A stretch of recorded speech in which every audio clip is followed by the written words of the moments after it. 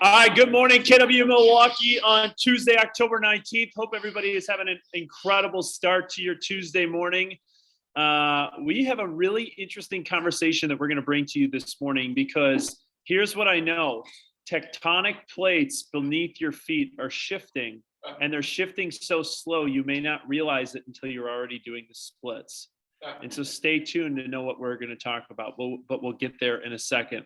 So first up, though, we have a bunch of people to celebrate and to congratulate who capped in the month of September. So let's just jump right into it. First up, Lindsay Andrews, part of Andrews and Koenig Real Estate. Her and Jeff are absolutely the lead generation mavens.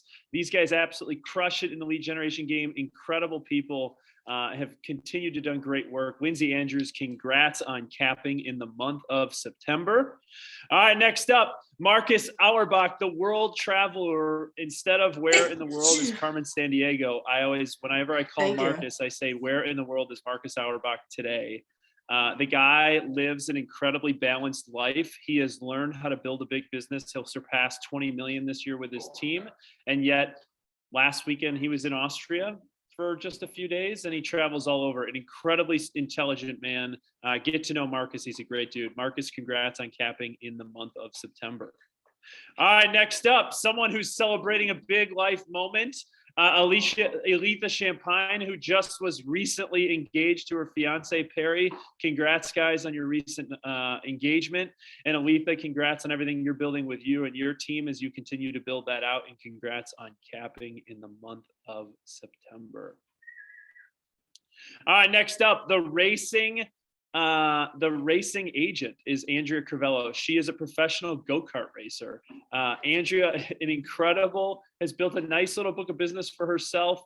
Incredibly gifted, just recently moved and is navigating her business through a personal move as well. Congrats on capping in the month of September, Andrea.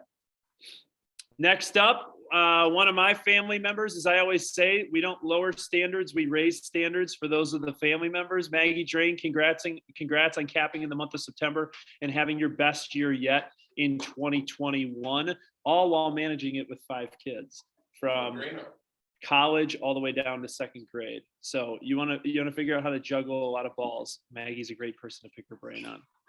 Next up, the other half of Andrews and Koenig, Jeff Koenig. Congrats, Jeff, on capping in the month of September. Again, a great dad to his daughter, always trying to figure out new ways to generate business with his business partner, Lindsay. Jeff, congrats on capping in the month of September. Next up, Casey Lopez has been in this business for all of 5 minutes, and I think last month she did $6 million in closed production in 30 days. She's absolutely killing the game, also incredibly handy. And on Red Day out at Zacharias Acres, it was me, Willie, and Casey Lopez, and we had one other person with us, Simonis maybe? We were building fences out at Zacharias Acres, and Casey Lopez was right in there with the ditch digger, building posts and everything else. So Casey Lopez, congrats on capping in the month of September. Next up, Brian Pat, Jan Hamlin, congrats on capping in the month of September. Always giving me insights. Extremely well educated. If there's something you don't know about Brian, he's extremely well educated. I believe he's also currently getting his master's in data and analytics science from the University of Illinois. But Brian Pat and Jan Hamlin, congrats on capping in the month of September. All right, next up, Sarah Reardon. She's in the room. My neighbor down the street on Ardmore in Whitefish Bay. Her and her husband, Tim, have a beautiful young daughter. They just renovated their house in Bay. Congrats, Sarah, on capping in the month of September. And then finally, from a North Shore and Tosa standpoint, big shout out to Andrea and Todd Weichert. I know recently they just finally were able to make their son Bradley's Make-A-Wish through the Make-A-Wish Foundation. There was a little bit of a delay because they were supposed to go on a cruise last year and they weren't able to do that. And so they just recently came back on their Make-A-Wish trip with their son, Bradley. Andrea and Todd, congrats on all your continued success and momentum. Now I'm flipping it over to Deej for a few in Lake Country. Awesome. Good morning, everybody. My bad. I have one more. And then finally, Paula and Eduardo, these guys are teaming up, also recently engaged, getting married February 20th in Napa next year. These guys Paula has been in the business for a little while. Eduardo just got into it. He left at the hospitality industry. He was ran a great restaurant downtown called Carson's Steakhouse, and him and Paula have teamed up in more ways than one.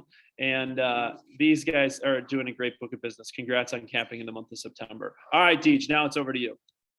Awesome. Well, congratulations to all North Shore peeps. And you guys, we've got some cappers out here too. So Katie Hart, Philip in her also life event this year, capped and got married. So congratulations, Katie, on all your success and beautiful picture. Lots of beautiful dresses this morning. So love this. And then Nada Stojadinovic came to us last February, joined Team Trimble, and since that time has had a lot of life events herself, has a beautiful family, a great business, and here she is capping in the month of September. So congratulations, Nada.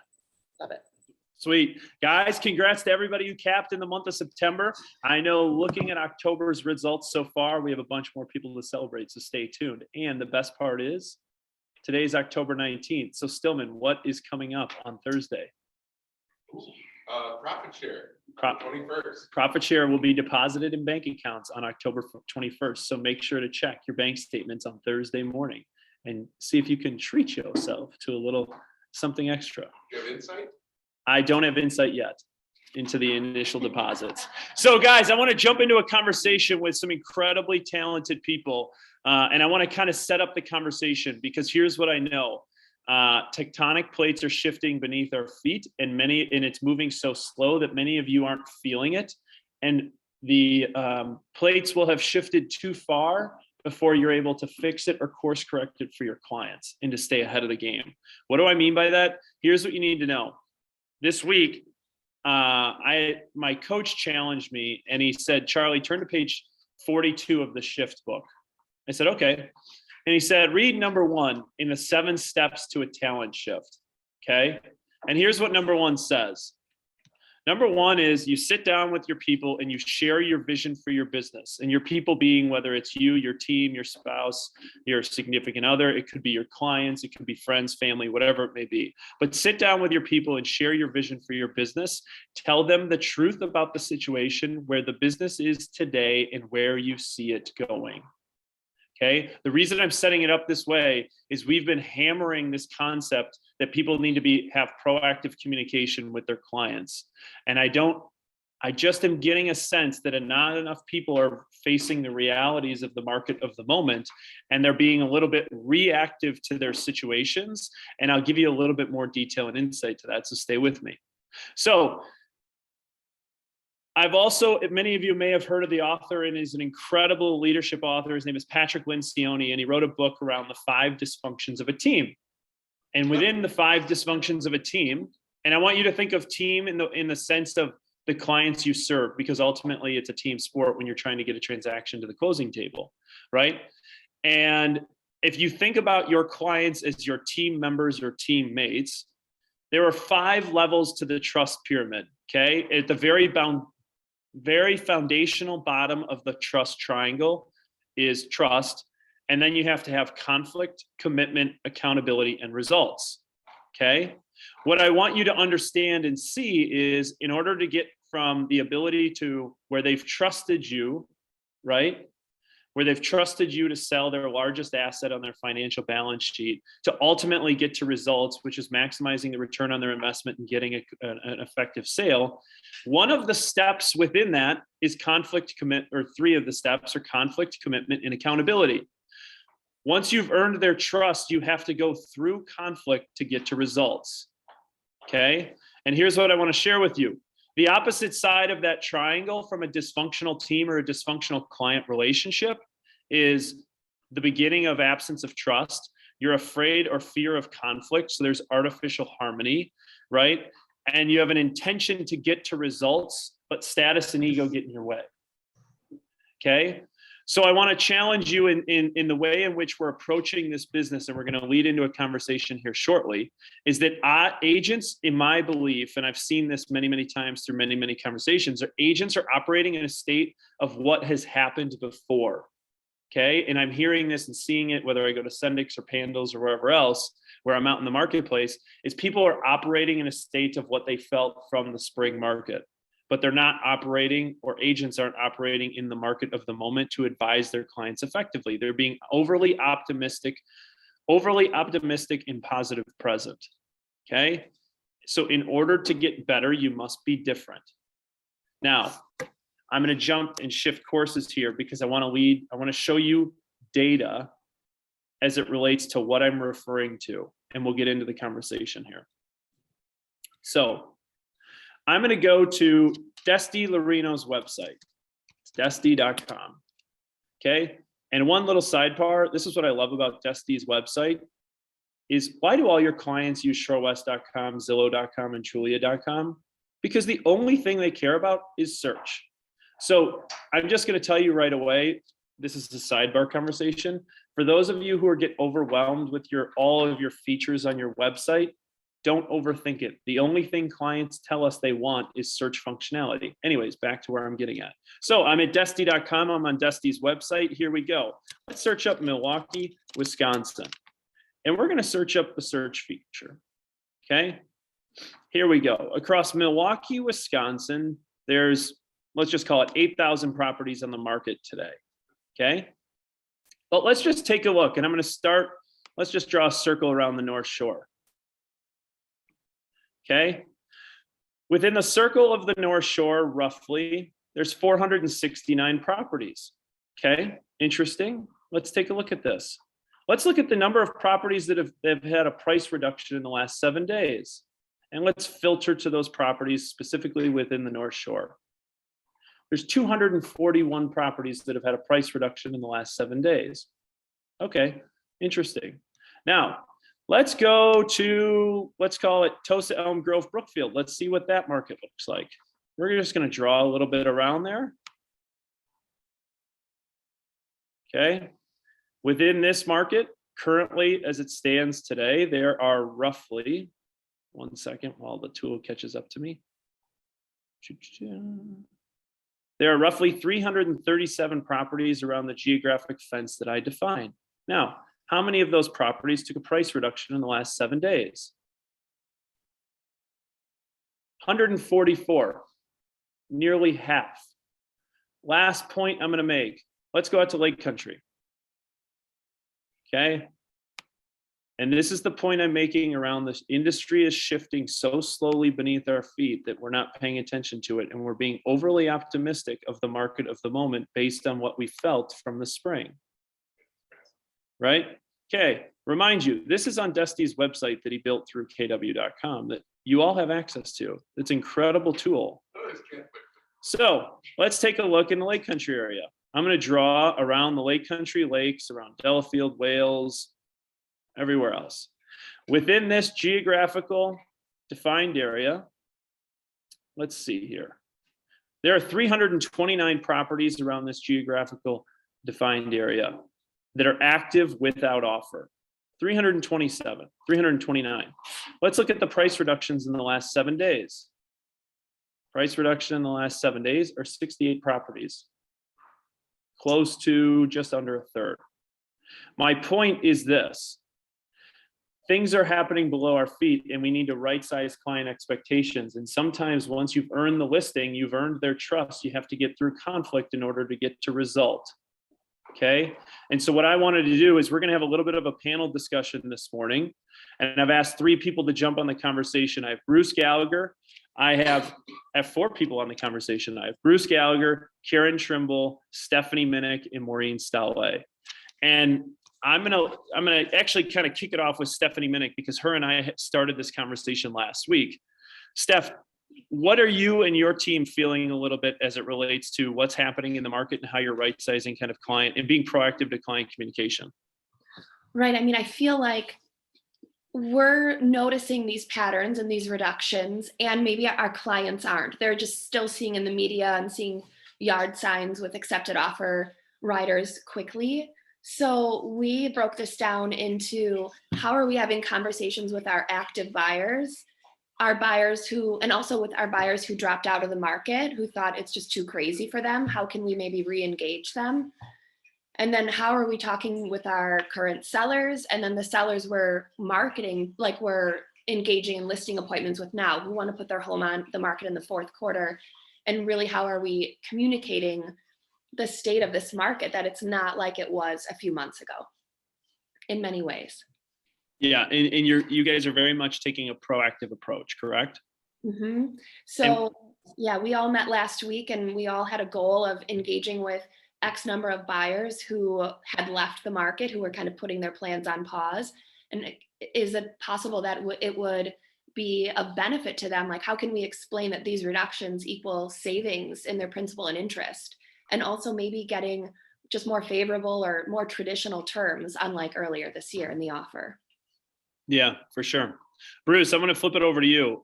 You play in a very, let's just say there's not a lot of oxygen in the price point that you typically play in. For perspective, guys, Bruce's average price point is right around $1 million, right? He's very much in the luxury market. However, the luxury market feels very similar in terms of the effects of the marketplace as the average market of a $200,000 home in, I don't know, Tosa. So Bruce, what are you feeling within the market within your business right now? And how is your team approaching client communication around this topic? We're at a tricky period because, as you both just stated, a lot of the sellers, and certainly sellers who are considering listing, still have in their mind all the amazing stories that everyone hears from friends, people they know, especially in the very high end, for example, especially in the lake market. I guess the thing that I'm thinking about with all of this is you really need to be focused and do your research and speak to the people specifically on where they are in their niche micro market, because these things are moving differently. Those of us that are, and there are plenty of you out there who are selling, for example, lake property, which is a lot of what we do, I'd say it's lagging in terms of a shift, because still right now, we have seen some changes, but still right now, if a lake property comes up and it's reasonably well priced, it's going to go really fast. So you have that, and so we're approaching that very differently than, maybe a $750,000 nice home off lake in the area, where we're coming in much more cautiously.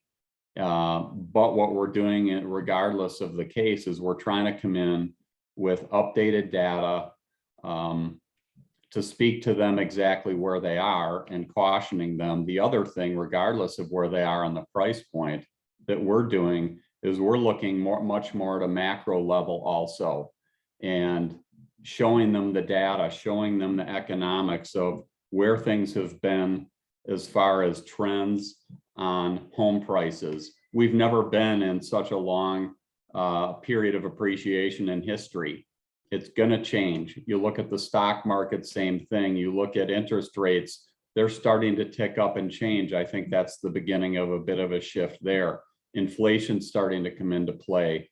So regardless of what price level we're dealing at, we cover those aspects and make sure that our clients and prospective clients have a really good understanding of what's at stake and what might happen. No one's got a crystal ball, but at the end of the day, we like to take a collaborative approach on pricing some of these properties, because we don't want to, and it's tough because we still see, even on, I'll call it the mid-range, still occasionally there are properties that go fast in multiple bids. It's certainly changed. It's not like it was.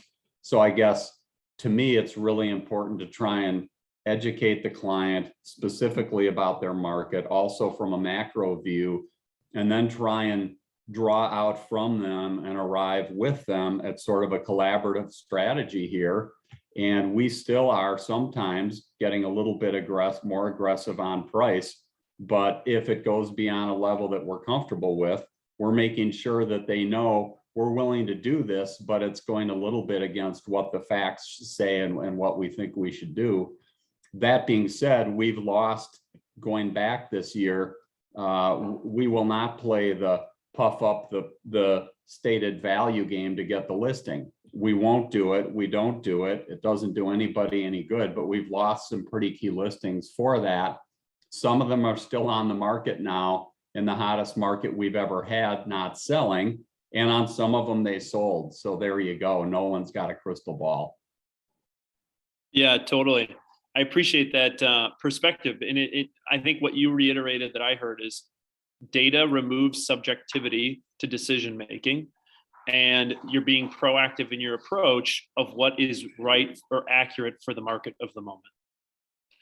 Karen, how about you guys and your team? How are you guys approaching this conversation with your clients and your sellers? And one of the things I'd love for you to touch on is you get a seller who, Bruce kind of alluded to, who wants the total puffball price that is totally out of the ballpark. How are you guys navigating those conversations? Well, similar to what Bruce said, it is talking about the market. I mean, we definitely feel a softening of the market. I actually did a market analysis for a couple properties that we're listing in the next month or so or two. And I feel a little sick. Like, what is the right answer? We do the market, we know the price, we know that the sellers, like Bruce said, or everyone else, that, there's all these people have these amazing stories, but I called that the wild, wild west. I mean, that was just the craziest market we've ever been in, and it can't continue. And so it is about education. It is about being real and honest and saying, these are our numbers. This is what we can support.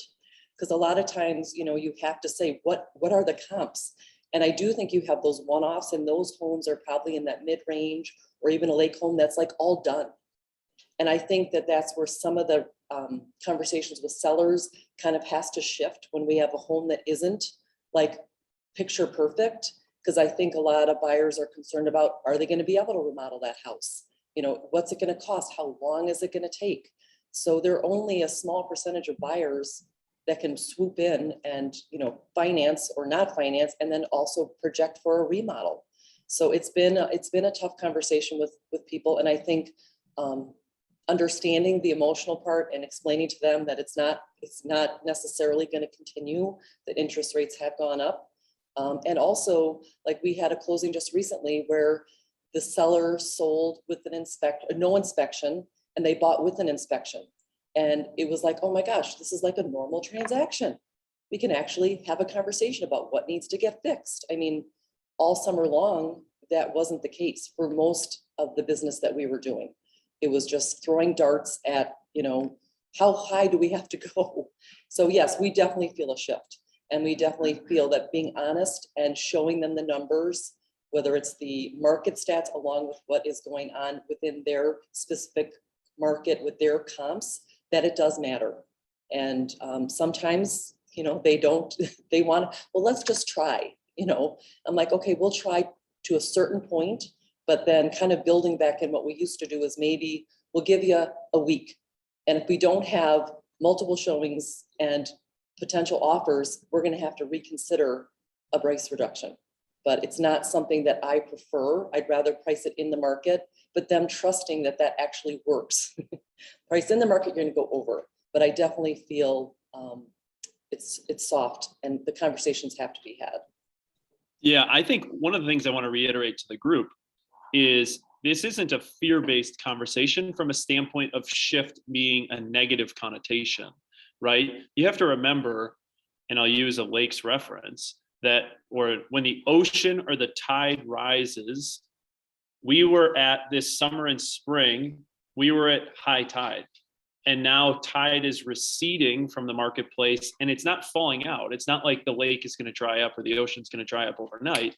It just means that the lake or the ocean is receding slightly, and we need to make sure that we're prepared so we're not caught in a standpoint of we're standing on the beach and all the water, if we wanted to swim. I don't know if that analogy there's one thing I'd like to ask the group and pose as a question is, what are you doing with those sellers who think, well, this is the fall market, which generally is slower than the spring market. Let's wait till spring, because maybe we'll get to be back on that, crazy fever again.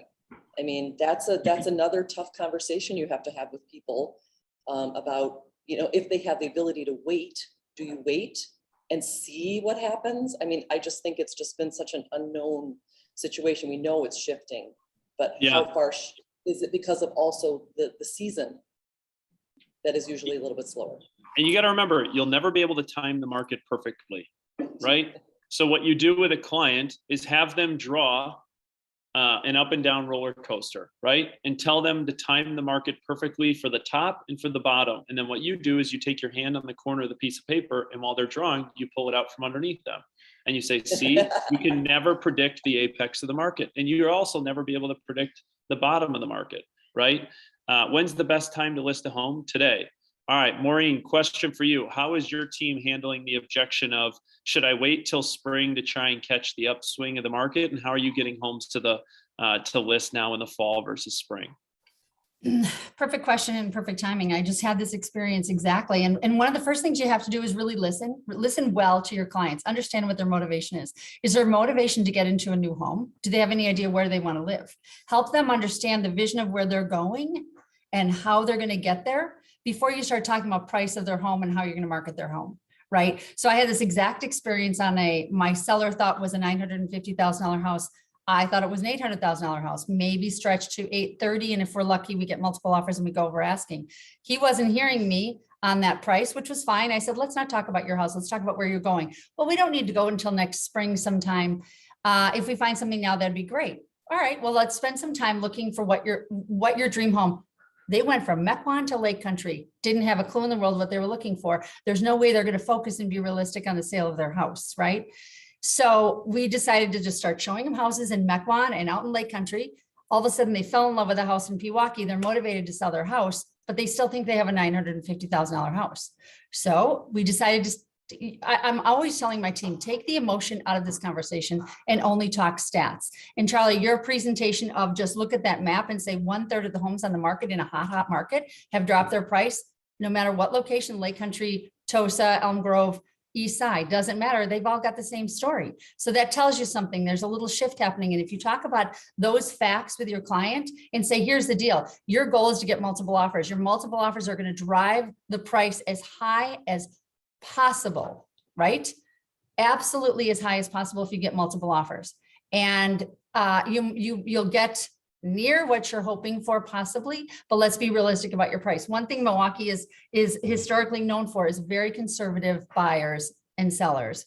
Buyers, most importantly, very conservative buyers. They don't overpay for anything unless they get in competition and they get emotional about it, right? So right out of the box, if the house is overpriced because your seller thinks it's worth $950,000, you're going to lose your market right away, right? And you can say, well, we'll give it a try for a week, but if we have 10 showings and no offers, you're at the wrong price. If we have 0 showings, you're at the wrong price, but you've also lost a big piece of the market. Right? So we talk about pricing it super appropriate to almost very attractive price and hope to drive it to multiple offers.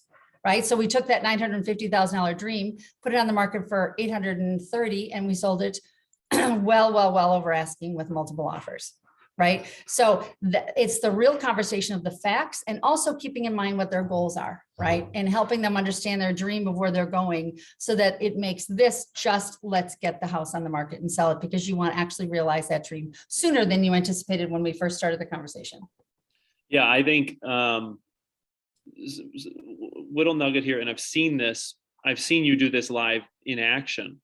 When a seller who raises their hand and says, I think I want to sell, but they're not motivated to sell, she gets them to move to find something they love. And all of a sudden they quickly become motivated to sell because they fell in love with where they're going, right?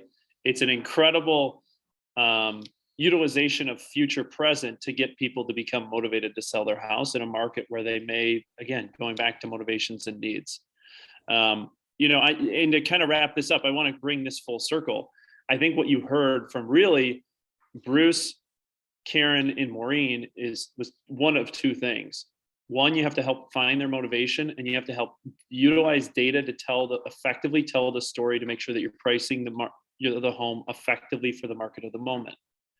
The other thing that I think you can take away from this, and Smin, I'm going to actually have you jump back in, is what you heard from Stephanie was their team and what their dialogue that they're having is they aren't concerned about what's happening. They're viewing it as an opportunity to find future business and to create dialogue for those that may have fallen off during the spring.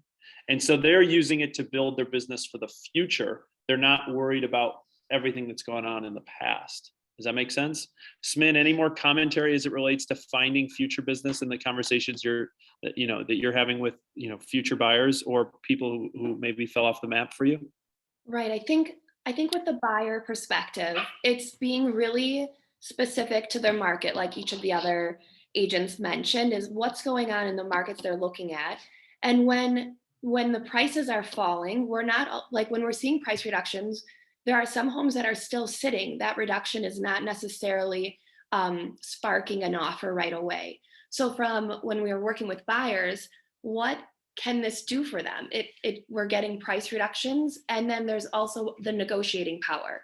So how can we communicate that with our current buyers to not lose faith, and those buyers that have dropped out? And really, it's being very specific to their situation. So I think sometimes we get caught up in days on market are stretching and prices are falling. But what does that mean? Like when you really drill it down and peel back the layers, because our buyers aren't thinking that way. They're thinking in terms of what their payments will be.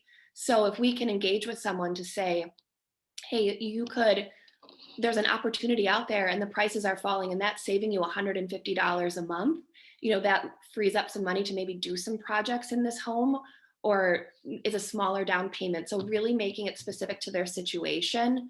And then we've seen buyers who are a little bit more reluctant to waive an entire inspection or limit the ability, or maybe don't have the funds to cover to make their offer like a little bit more competitive. And so if we can kind of go after some of these homes that are sitting a little bit, they can get the terms they want at a price that makes sense. So even if we're just reaching out to people who maybe have extended their leases, maybe sellers are more flexible with their timing and would agree to a longer closing.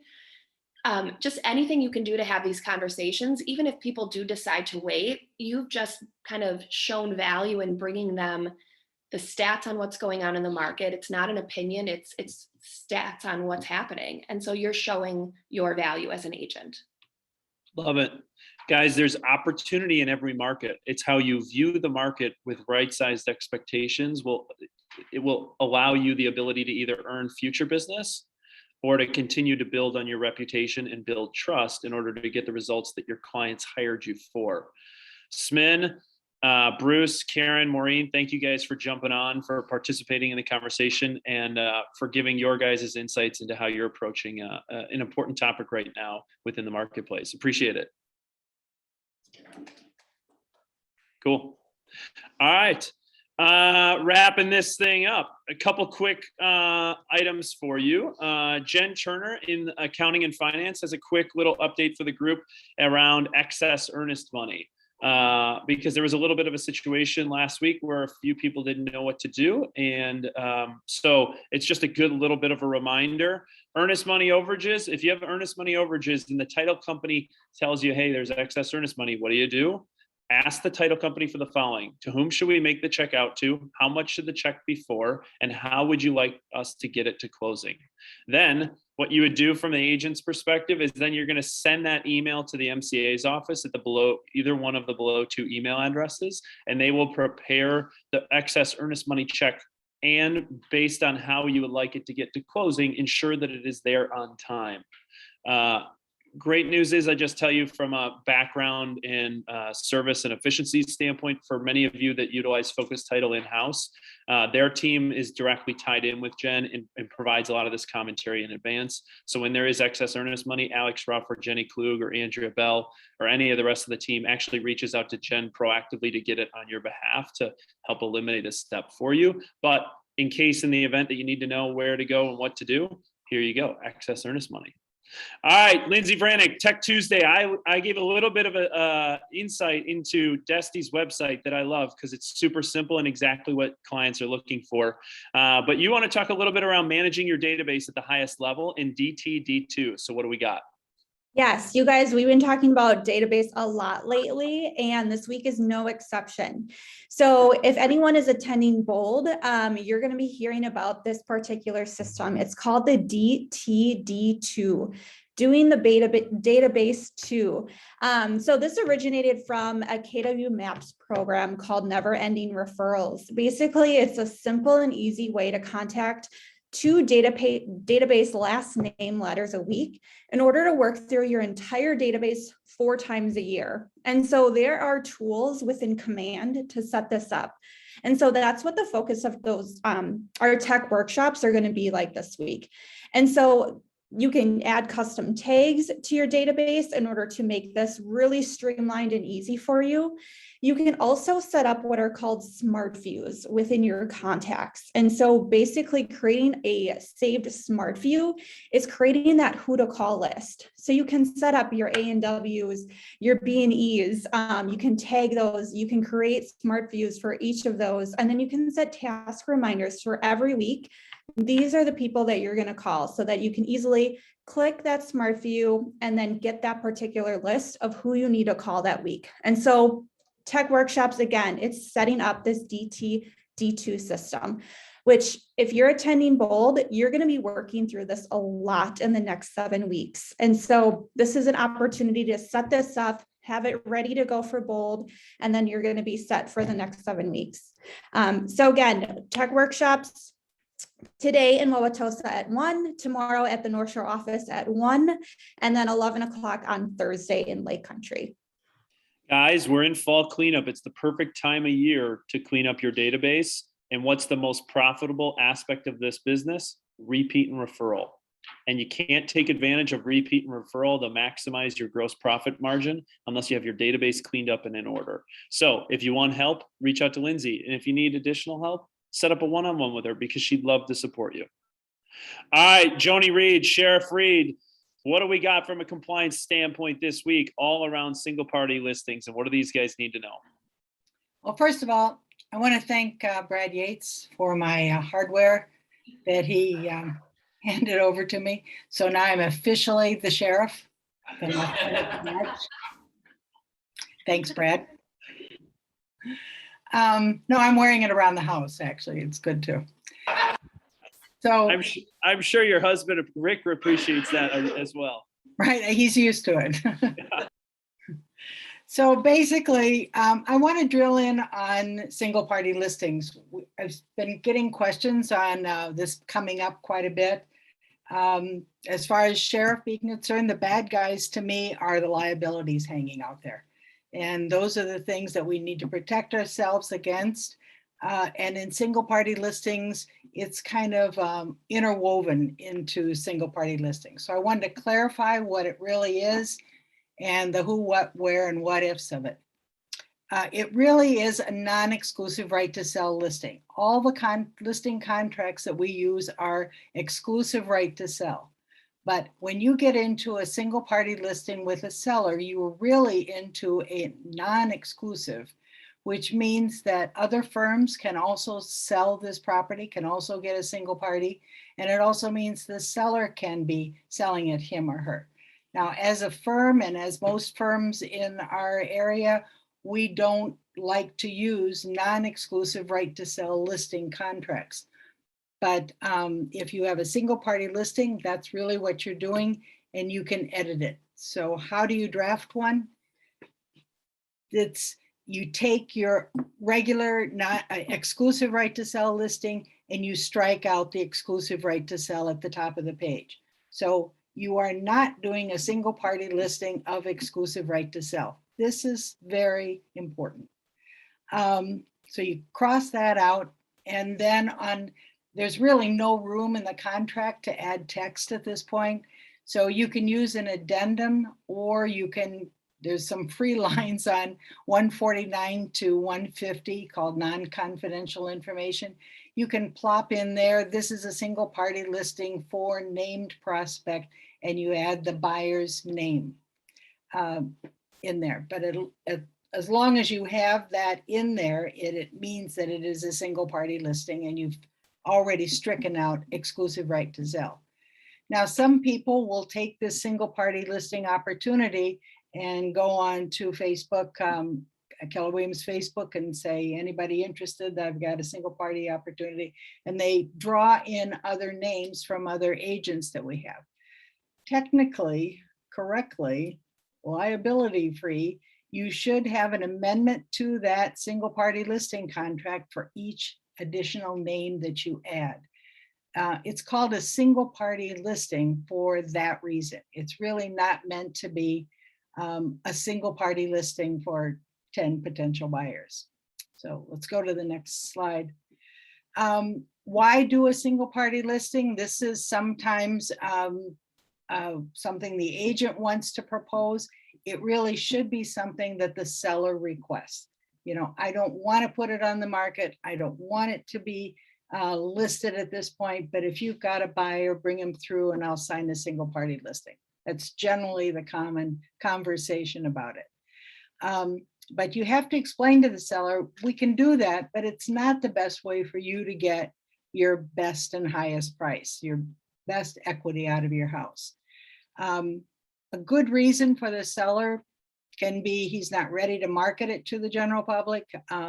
There's one buyer that has a real specific interest in the property. That's a classic single party listing scenario. Sometimes the seller is not fully committed to moving. And I'm telling you, that roller coaster into some issues near closing. Or sometimes it's a celebrity or a sports figure that doesn't want to put it on the market, basically. I believe the best alternative to single party listing is to list it as an excluded from MLS. An excluded listing gives the seller that kind of privacy, gives the seller that kind of reluctance to get things done, whether they're not motivated or whether they're not ready. But put it in as an excluded listing where you have the exclusive right to sell, you are protected, but you don't necessarily have to have it in a full-blown marketing. So keep it there until the seller's ready or the property's ready for our really good marketing programs. And the call out here is if you go to excluded, you cannot market the property unless you like paying $1,000 per day that you had a listing contract. So just be aware. Okay, next slide. Avoid, if possible, using the single party listing. And I see it happening. My God, I've always seen it happening. I did it myself. But using the single party listing to continue to gather more named prospects for showings, this can get tenuous, which is another word for liability, bad guys. And it can be regarded as a pocket listing, which is not allowed in the state of Wisconsin. So if you are adding names to the contract, it must be done on an amendment to that listing contract for each name that you add. It's a lot of paperwork and it's better just list it and list it as excluded or delayed until your seller is ready to go. That's it. Perfect. Sheriff Reed, thank you. Brad Yates, thank you for the for anointing Sheriff Reed with her proper credentials. And guys, again, any questions, don't hesitate to reach out to Joan or to Steph. They're here to serve you guys as it relates to mitigating your liability. And again, the stuff that we bring up each week is stuff that we see. So it's not like we're just pulling stuff out of thin air. It's stuff that we're really trying to help protect you and your licenses. One last reminder, and you're going to hear this every single week until we get everybody lined up and paid, is your association dues are due November 30th. As a reminder, please forward confirmation on to Joan Reed or Steph Connard once you've completed your association dues. Guys, don't be waiting until the last second because the GMAR will turn your license off, and then all of a sudden you'll log into MLS and you'll be like, gosh, why don't I have access to MLS, or my clients aren't seeing my stuff anymore? And you'd be like, forgot to pay my board dues. So it does cost more. All right, wrapping it up. We are closing it out with Wooten. What do we got for upcoming trainings and events in wrapping up October? And we have a sneak peek ahead into November. Good morning, guys. We are in the third week of October and it's still an even jam-packed month for you guys. Lots of content this week. Coming up today at 10:30 is launch coaching in person, North Shore and Lake Country. Nikki and Amanda will be going over habits and rituals. And then this week in productivity, and Connie in Lake Country will be going over listing presentations that win the sellers. Is Janine there to talk about productivity in the North Shore? Janine, I saw she was. Tell you what she's gonna do. She is doing a field trip. Oh, there she is. I was on mute, sorry. We are going on a field trip to 7846 North Lake Drive. 7846 North Lake Drive. We'll send out a text reminder to everyone. It is a teammate's house, which she is going to be listing. So we are going to price the house, and I will be doing a listing presentation. So you don't even have to be in productivity to come. Just come. Come one, come all. Thursday, 9 o'clock. Yep. Thanks. And so yeah, listing presentations at both productivity coaches, you can't go wrong there. Coming up this week as well, next slide, Charlie, we have today at 11:30, Matt Lasanecki is going to give us a power hour. This is an hour dedicated to lead generation. He will be in person in Lake Country. It's also available on Zoom. So if you guys just are feeling like you're not getting enough lead gen time for yourself, time block this hour, join Matt, have a good conversation, and lead gen together. And then just a reminder, on Mondays, we have Agent to Agent with Gail Zeman in the Wauwatosa office. She has a great discussion with many agents where they talk about everything that happened over the weekend, any concerns, what the market's doing these days. So please come to the Tosa office on Mondays and join Gail in her conversations with other agents. Then this week, tomorrow, Annie Stabler, prepare for a listing. She will be in person in Lake Country. It's also available on Zoom at 10 a.m. and it will be recorded. Annie is just killing it with listings right now. And so if you want to know her tips and tricks and how she's being successful, please join her tomorrow at 10 a.m. Also, on Wednesday and Thursday this week, we have the MRA Business Planning Clinic hosted by Jean Rivers.